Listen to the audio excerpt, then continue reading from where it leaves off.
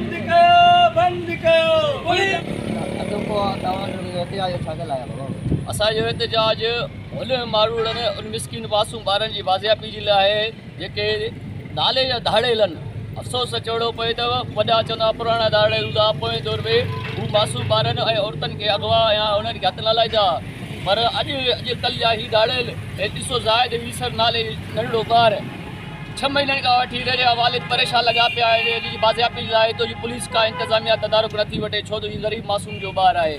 जेकॾहिं अॼु MLA या MP जो पुट जो अगवा थिए थो या उन्हनि जेका वारदात थिए थी त पुलिस ईअं रड़ मारे ॾिए थी ॼण को भेण जेकाबाद में सॼो ॾोह क्राइम उन माण्हू जे लाइ थियो आहे। कानून आहे त सिर्फ़ु ग़रीबनि जे लाइ आहे, जेकॾहिं कानून आहे त सिर्फ़ु जेको आहे उन्हनि जी बाज़ियाबी जे लाइ जंहिंजा अमीरनि जा ॿार अगवा थियनि था। ताज़ो ॾिसो था जेकाबाद जे अंदरि नवीद लाशारी मासूम ॿार हिन टाइम ताईं लापता आहे, जंहिंजी वारसनि रोज़ एहतजाज करे वेठा आहिनि, पर पुलिस के कन ते का जूं ई नथी छुड़े। ऐं हितां जो SP त ईअं पाण खे सम्झे थो त चए थो आहियां IG सिंध मां। SP जो चवणु इहो आहे IG सिंध मां आहियां मां, त चवणु इहो चवां थो अफ़सोस सां ID तबादला थियनि था, हिते हाफ फिराई फुल फिराई न कयो वञे थो। पर हिन SP खे हटाइण जे लाइ का अहिड़ी न का हिन SP जी वॾी का चाल मथे रखियलु आहे या वॾो कोई डोनेशन मथे रखियलु आहे या वॾी हिन जी का डीलिंग आहे। जेकॾहिं नंढे ॿार मासूम ॿारनि खे बाज़ियाब न कयो वेंदो, इहो सिलसिलो ईअं पियो हलंदो रहंदो। अफ़सोस इन ॻाल्हि जी आहे जो एतिरा माण्हू ॿार अगवा थिया आहिनि।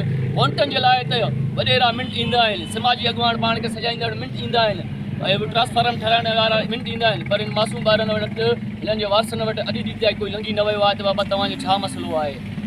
सबसे पहले मैं आप मीडिया का शुक्रगुजार हूँ। हमारा एहतजाज उन मासूम बच्चों के लिए है जिसका बाप एक होटल वाला है और जिसका बाप एक बोरियत है और जिसका बाप एक गरीब है, उसके लिए हमारा एहतजाज है। आज हमारे ये साथ मुख्तलिफ जमायतें सिविल सोसाइटी की एक छोटी सी कॉल पर निकली हैं।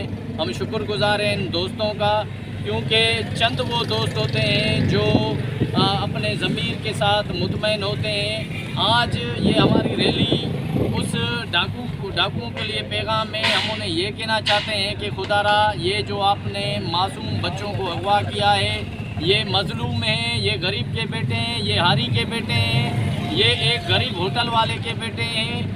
और हमारा यही मुतालबा है कि आप फिलफोर इन्हें बाजियाब कराएं। और IG सिंध साहब को भी हम यही बोलते हैं कि हमारा सिविल सोसाइटी की जानिब से मुख्तलिफ शहरों में एहतजाज जारी है और आज हमने जेकाबाद में एहतजाज किया है। और हम ये पैगाम देना चाहते हैं कि फिलफोर इन मासूम